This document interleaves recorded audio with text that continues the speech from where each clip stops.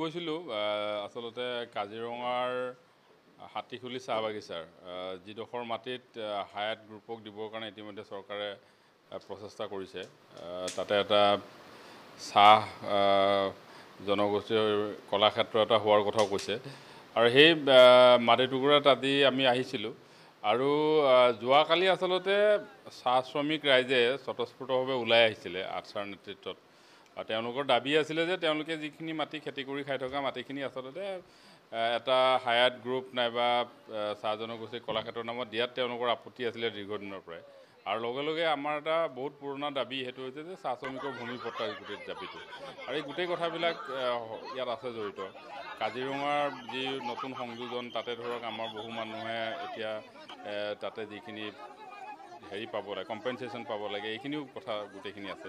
তো আমি আজি তাতে চাইছোঁ গোটেই পৰিৱেশটো তাতে চাইছিলোঁ আৰু প্ৰধান কথা হৈছে যে কালিৰ যিটো শান্তিপূৰ্ণ আন্দোলন আছিলে আৰু সেই শান্তিপূৰ্ণ আন্দোলনটোত মই এতিয়ালৈকে যিমানটো গম পাইছোঁ যে বিশেষভাৱে দুজনমান আৰক্ষী বিষয়াই কিবা আক্ৰোশমূলকভাৱে আটছাৰ ল'ৰাৰ ওপৰত আক্ৰমণ কৰিছে।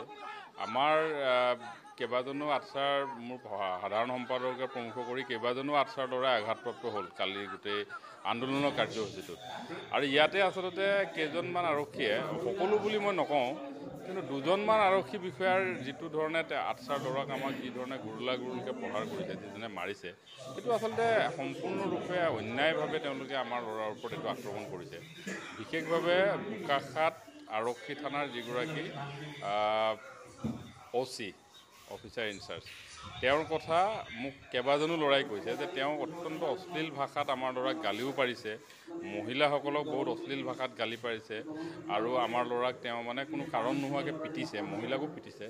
তো মই আজি অসমৰ বিভিন্ন চাহ বাগিচাত অসমৰ মুখ্যমন্ত্ৰীৰ প্ৰতিমূৰ্তি দাহ হৈছে আৰু আটছাৰ ল'ৰাক যেতিয়া বিনা কাৰণত আৰক্ষীয়ে এনেকৈ নিৰ্যাতন চলাব নিজৰ এটা ন্যায্য দাবীক লৈ মানে তেওঁলোকে মাত মাতিবলৈ যাওঁতে আৰু তাতে যদি আক্ৰোশমূলকভাৱে কোনোবা আৰক্ষী বিষয়াই অশ্লীল ভাষাত গালি পাৰি পাৰি আমাৰ ল'ৰাক পিটিব মাৰিব তো ডেফিনেটলি মুখ্যমন্ত্ৰীৰ মূৰ্তি বাগিচাত জ্বলি আছে আৰু জ্বলি থাকিব, এইটো স্বাভাৱিক কথা। কিন্তু কথা হৈছে যে এই ধৰণৰ নিৰ্যাতন এই ধৰণৰ অত্যাচাৰ কেতিয়াও মই ভাবোঁ যে যিখিনি ভূমিহীন মানুহ সেই মানুহখিনিক ভূমি প্ৰদান নকৰালৈকে যদি চৰকাৰে ভাবে যে এনেধৰণৰ নিৰ্যাতন অত্যাচাৰ কৰি আন্দোলনবিলাক মষিমূৰ কৰিব এইটো পচিবল নহয়, কাৰণ এইটো আন্দোলন চলিবই। কাৰণ চাহ শ্ৰমিকক ভূমি পট্টা প্ৰদান কৰাটো বিজেপি চৰকাৰৰ নিৰ্বাচনী ইস্তাহাৰৰ কথা আছিলে, এইটোতো পূৰণ কৰা নাই। তো মাটি দিয়ে আছে, আজি বণিকক মাটি দিবৰ কাৰণে 5% মাটি চাহ বাগিচাৰ NCDT এক্টিভিটিজৰ নামত বুলি মাটি উলিয়াই লৈছে। এতিয়া চৰকাৰে য'তেই বিচাৰে তাতে মাটি দিব আৰু তাতে যিখিনি মাটি আচলতে সেইখিনি হাতীখুলি চাহ বাগিচাৰ দাগত থকা মাটি, চাহ বাগিচাৰ মাটি হয় এইখিনি মাটি। চাহ বাগিচাত এনেকুৱা বহুত খোলা মাটি থাকে যিবিলাকত আচলতে চাহ খেতি নহয়, দ মাটি থাকিলে সেইখিনি মাটিত আমাৰ চাহ শ্ৰমিকসকলে তাতে ধান খেতি কৰে, এনেকুৱা মাটি আছে। তো এই মাটিখিনি ইংলে পথাৰ নহয়, আচলতে হাতীখুলি চাহ বাগিচাৰ মাটি হয়।